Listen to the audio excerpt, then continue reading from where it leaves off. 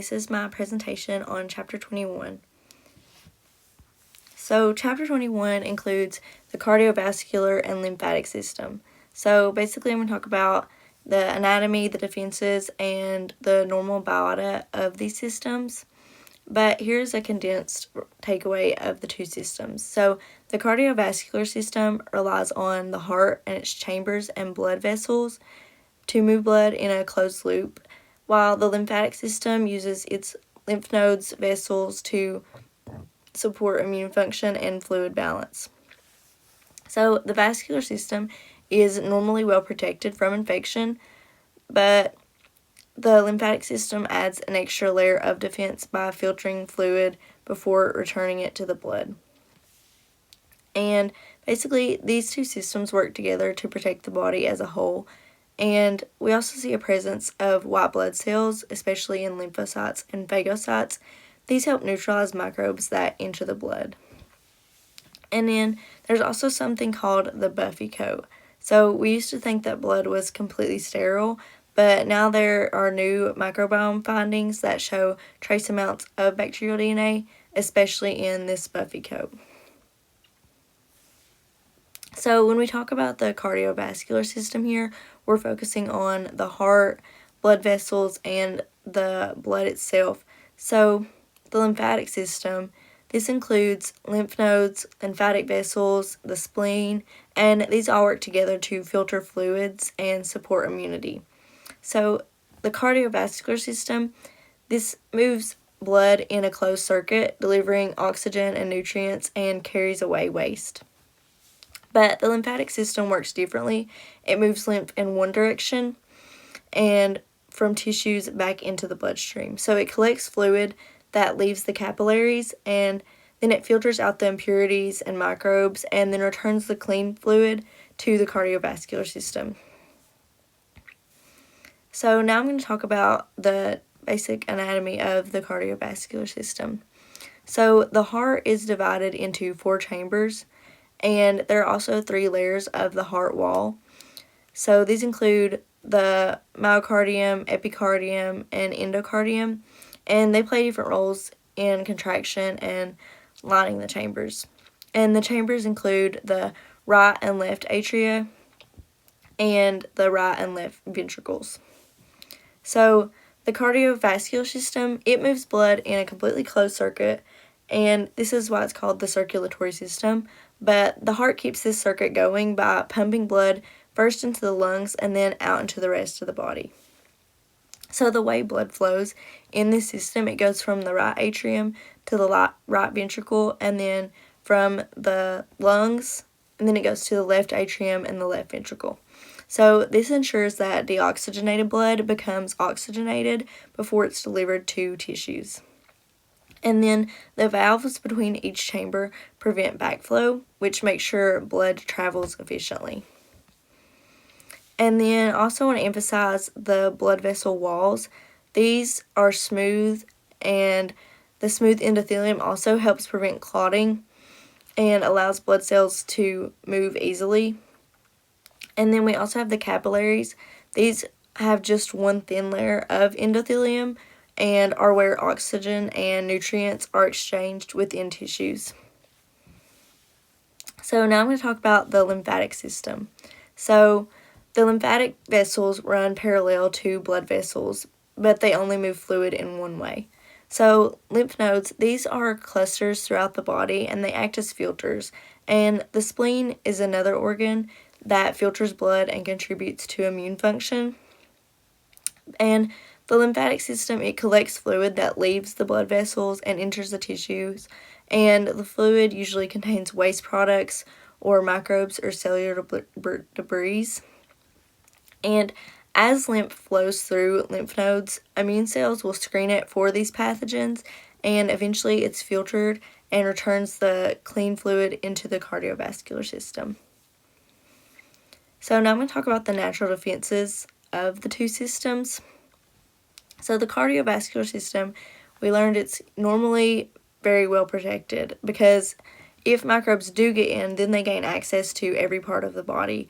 And that's why bloodstream infections are called systemic infections.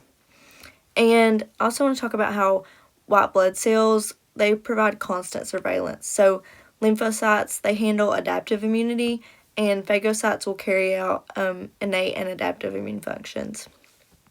So these natural defenses will make the bloodstream a challenging environment for microbes, and only certain pathogens have evolved to survive there.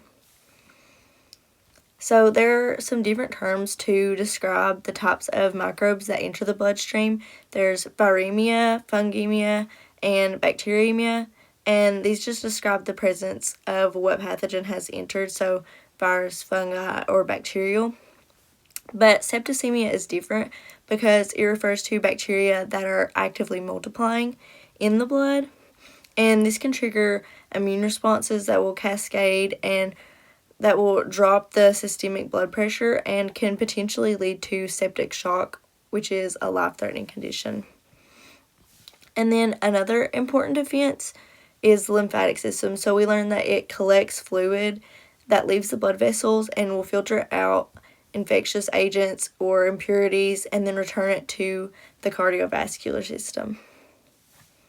So now I'm going to talk about the normal biota of the two systems.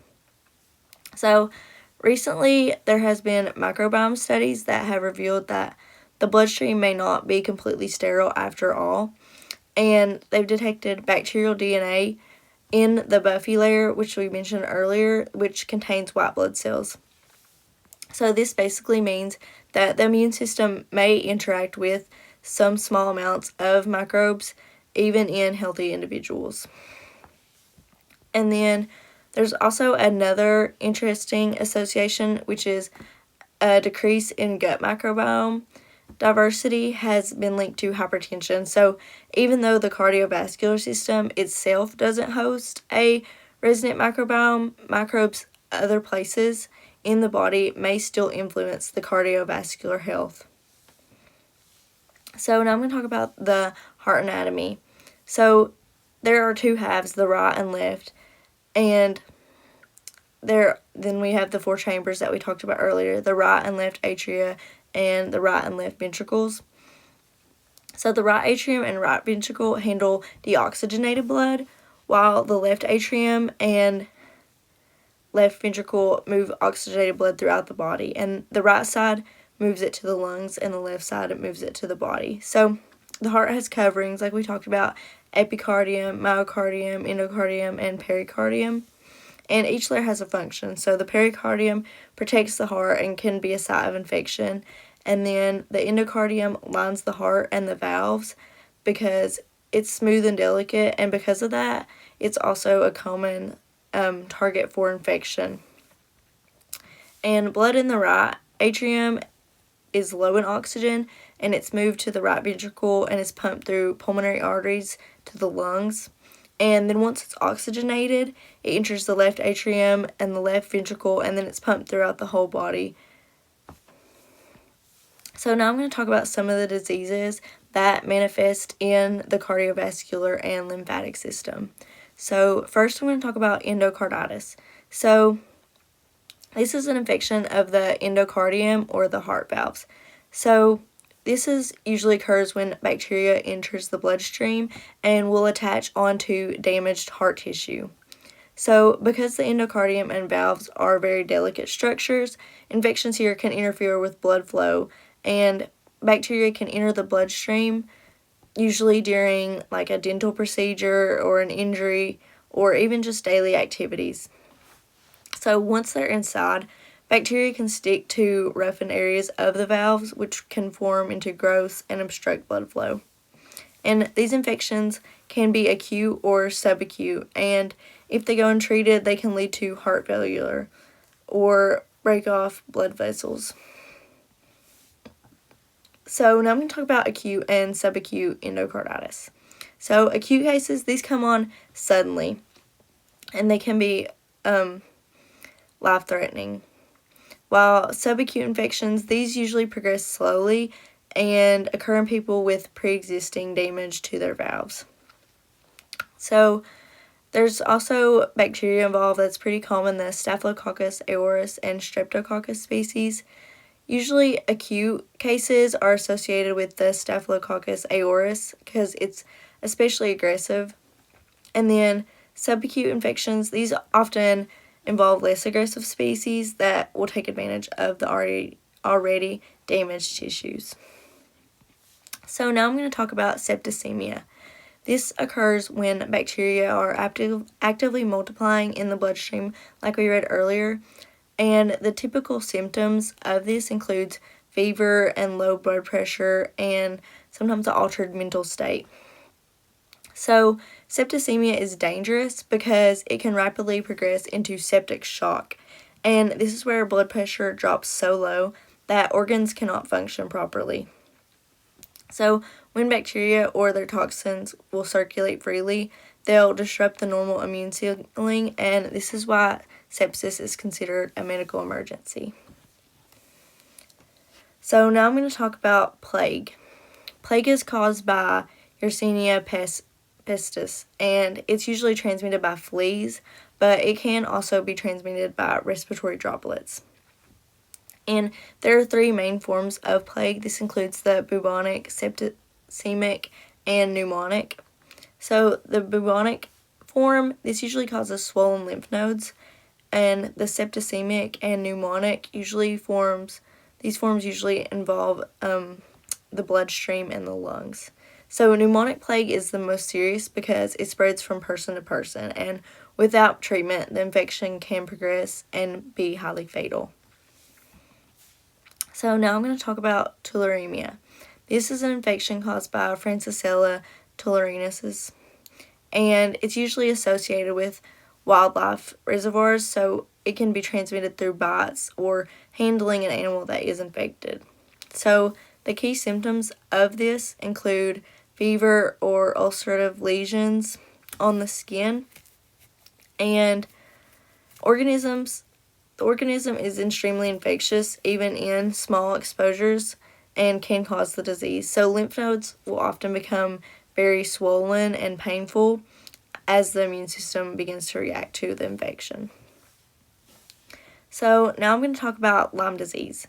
So Lyme disease is caused by Borrelia burgdorferi, and it's transmitted by the Ixodes tick. And one of the early symptoms is the erythema migrans rash. And if this disease goes untreated, it can progress to involve the heart and the nervous system. So the early localized stage includes fever and fatigue, but it can progress. And later stages of this disease can bring joint inflammation, neurological problems, and even disturbances in the heart rhythm. So because ticks are so small, it's important to be aware and know how to prevent this disease. So now I'm going to talk about infectious mononucleosis, or usually called a mono. So it's commonly caused by the EBV, and symptoms include sore throat, swollen lymph nodes, and a high count of lymphocytes. And it's spread through saliva, and that's why it's called the kissing disease. So it's common in teens and young adults. And the spleen usually becomes very enlarged, and patients will begin to feel fatigued over time. So now I'm going to talk about Ebola and Marburg virus. So Ebola and Marburg virus, these are severe viral hemorrhagic fevers. And these infections spread through bodily contact with infected body fluids. And symptoms of this include bleeding, fever, and widespread organ failure. So these viruses will damage blood vessels and interfere with clotting. So mortality rates can be extremely high, and outbreaks usually occur in places that have limited medical resources, so it can make containment of this very challenging. So now I'm going to talk about brucellosis, and this is caused by the Brucella species. So this usually spreads through contact with an infected animal or animal products, and symptoms of this usually include a fever that will continue to rise and fall. And brucellosis, it can become chronic if it goes untreated, and lead to joint pain and fatigue. So the organism, it can survive inside phagocytes, which makes it even harder to treat and helps it evade immune defenses. So now I'm going to talk about anthrax. Anthrax is caused by Bacillus anthracis, and there are 3 different forms. So there is the cutaneous, there's pulmonary, and there's gastrointestinal anthrax. And this organism, it forms endospores that can survive really harsh conditions. And pulmonary anthrax, this is the deadliest form because the spores can be inhaled and germinate in the lungs. And without treatment, the infection can progress very rapidly and be very fatal. So now I'm going to talk about HIV and AIDS. HIV and AIDS, this transmission occurs through sexual contact